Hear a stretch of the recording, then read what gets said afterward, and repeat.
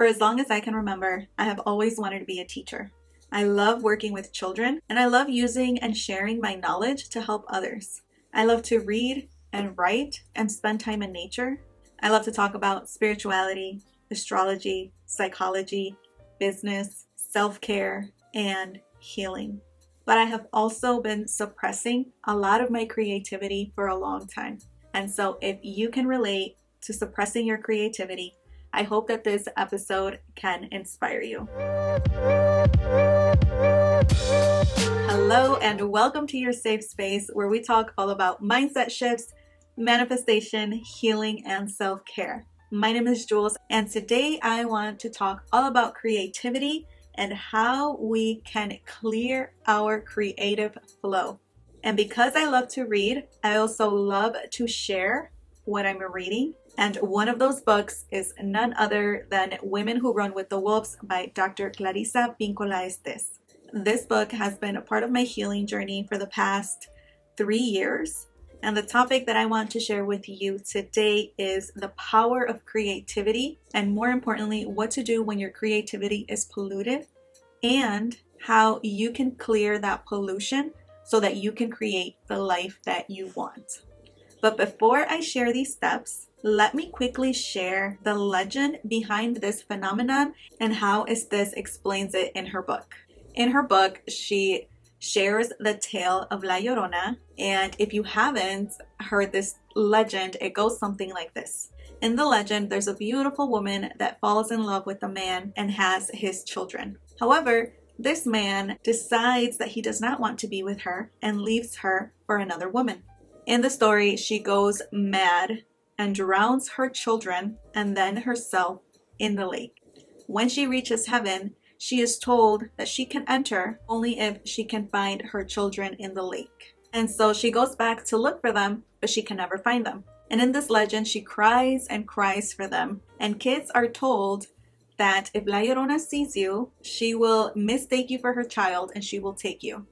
And so Estés in her book describes this legend as the river being our creativity. And so I want to share this with you because this is something that is really personal to me. And I know that we all have this creative river flow. And our creative flow must be nurtured and protected.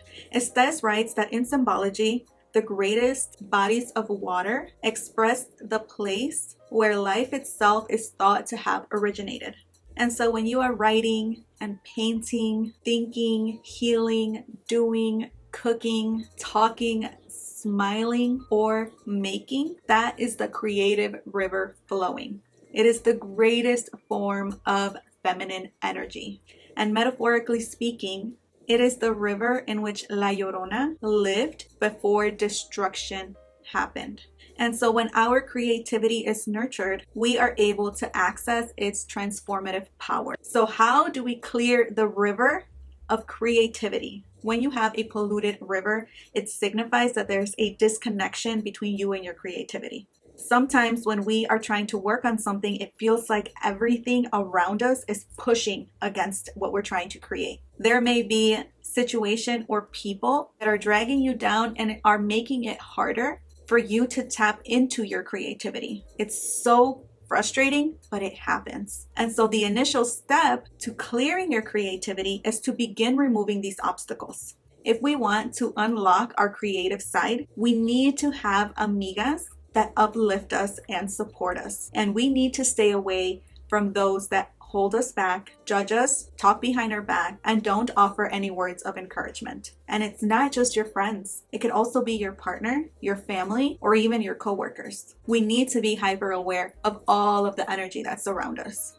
And so the next phase of clearing out your river for creativity is to silence your inner critic. Or like my best friend said this past weekend, throw the bitch out. In order for us to foster a creative life, we must learn to receive compliments and embrace love. We must learn to be kind to ourselves and not listen to that inner critic. This step allows us to open ourselves up to the positive energy of others, and it enables the flow of creativity. Just as wolves make choices daily to act on their instincts, we also need to be able to respond to our creative impulses. And so this brings me to my next step, and that is to embrace your wildness.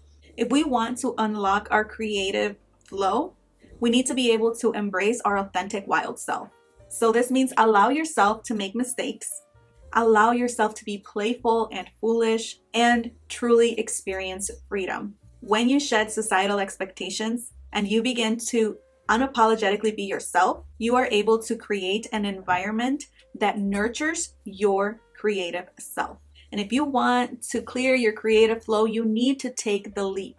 Many times, fear holds us back from pursuing our creative endeavors. Yet the next step in clearing out the river is to take action, even in the face of fear. Waiting for the perfect moment is a fruitless endeavor. If you want to start a podcast, start it.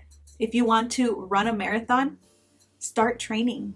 If you want to scrapbook, craft, sew, or write a book, do it.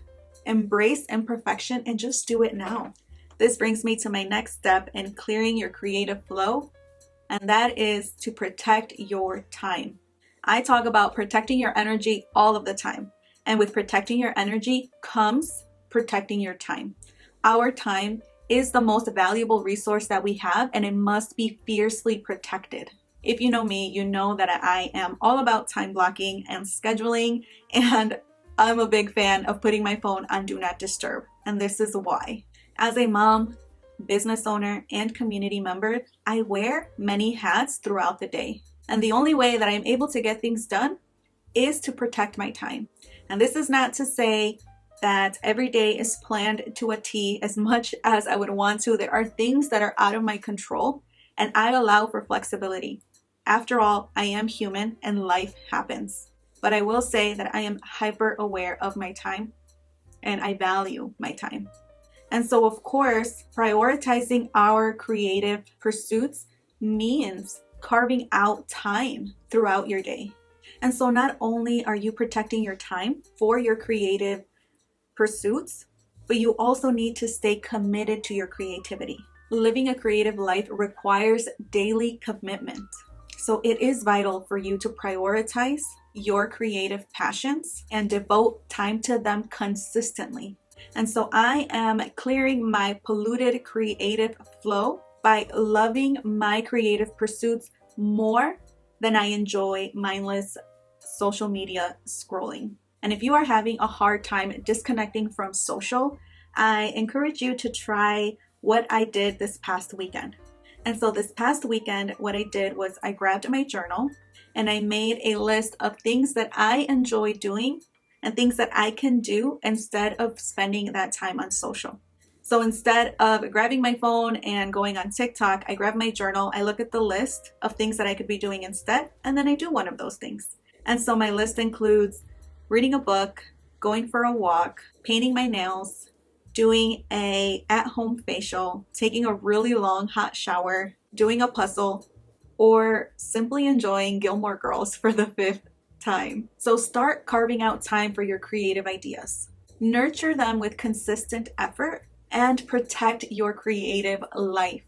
We must be able to protect our creative ideas and our projects from any external forces that try to hinder our growth. No person, thought, friend, or dogma should dictate the boundaries of your creative expressions. Again, for me, this looks like putting my phone on Do Not Disturb, meditating, going to sleep early, journaling, and saying no. Because if you want to fully embrace your creative potential, you need to be able to channel your energy into your creations. And so this means finding a balance between everyday activities and your personal passions. For example, this past Sunday, I grabbed my journal and I asked myself, how can I have a balanced Sunday? And so for every activity that I needed to do, I also did an activity to nurture my creativity.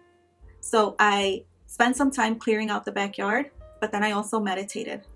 I spent time organizing my office, but I also spent time outside going for a walk. I went and got a car wash, and I also went to the park. So this is what a balanced Sunday looks like for me. Now, the final step in clearing out the waters for your creative ideas to flow is to nurture your creative spirit. Just as we nourish our bodies daily, we also need it to nourish our creative life daily. When you notice that your water is getting cloudy with pollution, take time to clean your water so that your creativity can flow again. I actually just did this past weekend. I had 3 podcast episodes that were ready to go, but I kept getting stuck on one particular episode and I wasn't able to complete my idea. So I took a break from it. I spent time in nature nurturing my creative ideas and my creative flow. And what ended up happening was that I scrapped that episode entirely. I started over and I actually ended up producing a much better episode, which is this one. And so this is why I am inspired to share this transformative message with you. So let's nurture our creativity. Let's clear the waters of our river and show the world our reflection of our water that's abundant and creative. All right, if you made it to the end of this episode, go ahead and share it with a friend, or you can tag me on Instagram at MindsetManifest.co and let me know what stood out to you the most. I also want to thank every single one of you for coming back to the episode and supporting the podcast. I truly appreciate you. And if you haven't done so yet, please take 2 seconds to review the podcast and subscribe. It really helps the channel grow and get the message out there for more people to find. And I'm going to leave you the same way that I always do. You matter, you are doing your best, and that is good enough. Until next time, my friend, stay amazing.